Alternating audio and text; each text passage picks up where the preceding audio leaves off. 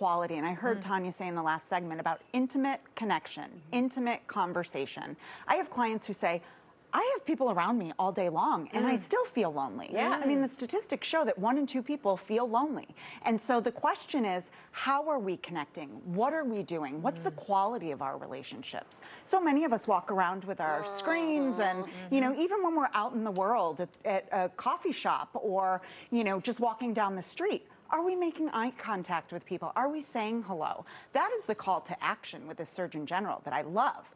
Getting engaged more in your community so that you do feel less alone. And if people don't believe that, the numbers show that it can increase the premature death levels comparable to smoking 15 cigarettes a day. Yes. Absolutely. Loneliness is comparable to speaking when it comes to your health? Yes, because we are human beings. Pack animals. Who thrive off connection. Okay. And so it is really a detriment to our physical health if we're not emotionally stimulated and helping each other out in connecting. Okay, so but here's the big question. How do we do this? Right, because okay, so I had an event with my kids this week at school. It was a PTO thing. It was an ice cream social, and you parents have to be there. I was there, and the kids were playing, and I walked to the back of the playground. And I stood there because I was exhausted, and I had zero desire to engage. Okay.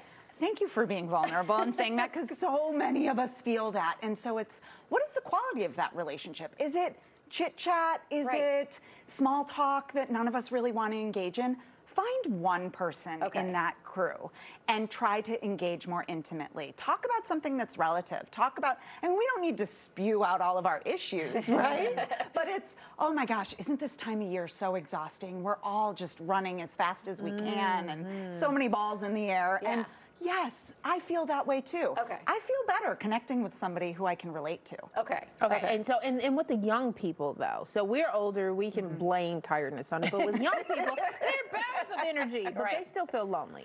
They do, and I think it's twofold, right? Like, I love being alone because I feel recharged after I spend time alone.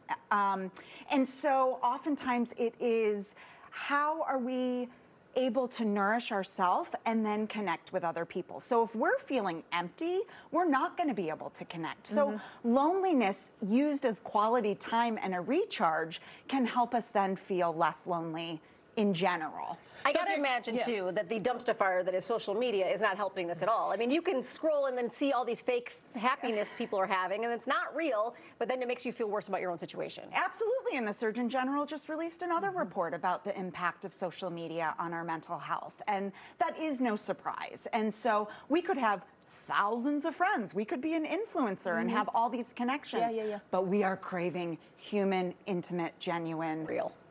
Yeah. So should we say to the kids, okay, put the tablet down, put the phone down, and go outside? Absolutely. Oh, that's it. It's both, right? I mean, I have teenagers who that is their lifeline, right? So how they connect with their friends. It's that, and it's putting the phone down and go to a concert, have a human connection. Right. Go on the baseball field with your friends and throw a ball around. Yeah. They actually do report coming back feeling so much better. Because it's the physical activity, it's the sunshine, it's fresh air, it's so many different things. How do people recognize loneliness as a problem that they have? Because I would imagine like somebody you're talking about who is around a lot of people like, oh, I can't be lonely. Right. Great question. It is an intuitive feeling. Okay. And a lot of this is just being aware of how you're functioning. It's a pinwheel. How are you engaging with other people? Are you nourishing yourself with healthy foods? Are you moving your body?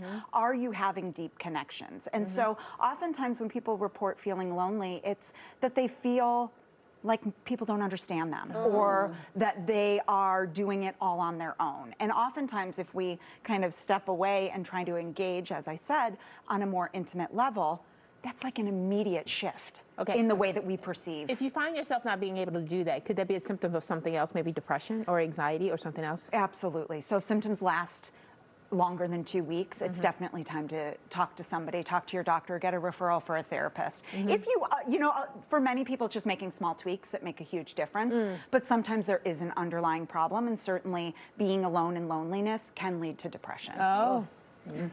So much. So you have a broken heart, your lungs ain't gonna work, and you still don't have anybody to talk to about it.